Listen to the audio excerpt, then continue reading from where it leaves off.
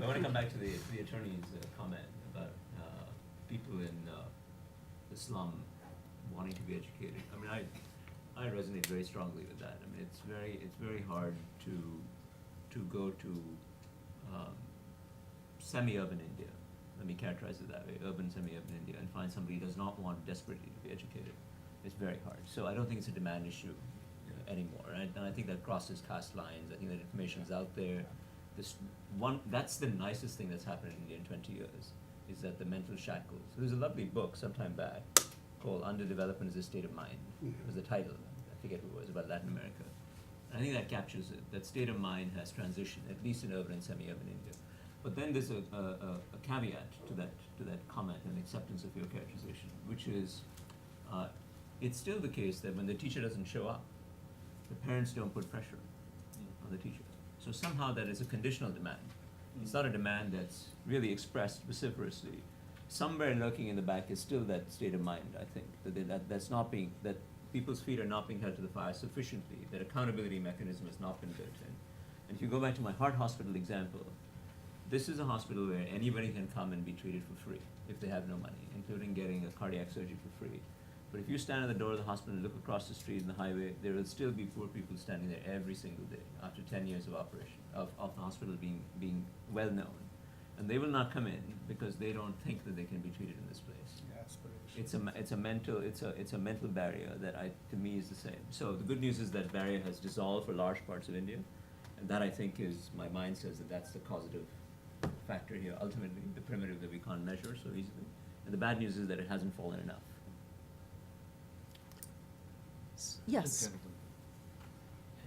My name is Jian Nanwu. I come from Xianjiang University. Right now, this development at Center Academic School, and I think it's a very wonderful panelist, and though comes from historical field and the political economy, and also how business school professors, and those discussions and presentations are very enlightening. And my question is personally on. I do think both, as many guys here regard that China and India are two great countries in the past, at present, and the future. And do think the comparison between the two countries are very enlightened. And my question is, can you supply some or tell something the best practice of the capacity building, national capacity building and local governance in the two countries? Thank you. Yes.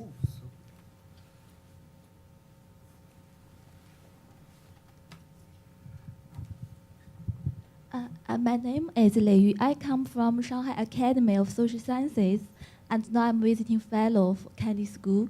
I just want to very thankful the three professors, a very meaningful and very interesting presentation. I want just to talk about one thing. I think the two countries, India and China's development, we look back to the history of the development. There are so many actors, but there is one same actor. There is the globalization. I think that is very important to two countries' development, because we look at the data just from for China and India, both from 1990s. The economic growth is increasing faster and faster, just because the two countries has opened the trade, has opened the investment for the foreigners, and the multinational company has entered into China and both into India. So I think this is a very important act for the two countries. It's not only for the economic development, but also for the political and social culture and structure. For example, just for the rural area, it is a long far with the multinational company, but I think maybe in China, the rural development is also influenced by the multinational company, because we just know now in China there is a very big park about the labor from rural area to the city, just because the multinational company invests a big construct big firms in the coast area, in the big cities, and the people from a rural area and then go to the cities. That is changed the social structure of China. So my question is, I want to know your three professors' opinion about this actor. Thank you. Okay, Yi-Ching?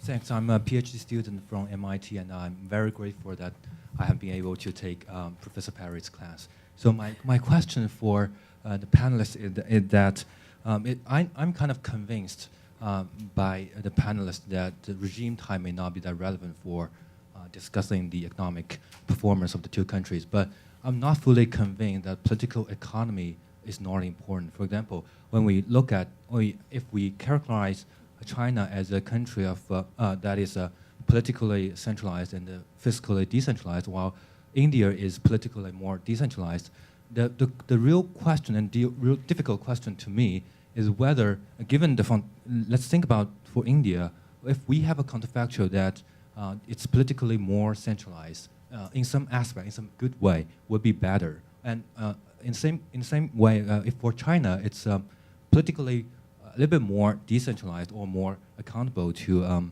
the citizens would be better. I think it's a more relevant question. And no matter we're talking about public goods, we're talking about education or infrastructure, although a lot of studies have shown that infrastructure is actually good for various kind of things. But if we are really talking about public goods, then I think there is a story of, there's a logic of a political economy behind public goods provision. So that's my question. Thanks. Okay, let's turn back to the panelists for some final comments before we break for some coffee. Tan, do you want to lead off? Sure. I'll try to speak to the comment about foreign investment. I mean, I think it's certainly the case that India opened up too late, and has opened up in some ways. In other ways, continues to be relatively insular. And it's certainly the case that unconditionally it would be a good thing to be more open than closed. So that we can agree with. I think a more extreme characterization I'd be very uncomfortable with. I'd be very uncomfortable with the characterization that beyond a certain level, threshold level of openness, that is necessarily a predictor of good growth. Because you see plenty of societies that have had indigenously driven models of growth. And I think one of the nice things about India is that domestic entrepreneurs have had a chance to scale up.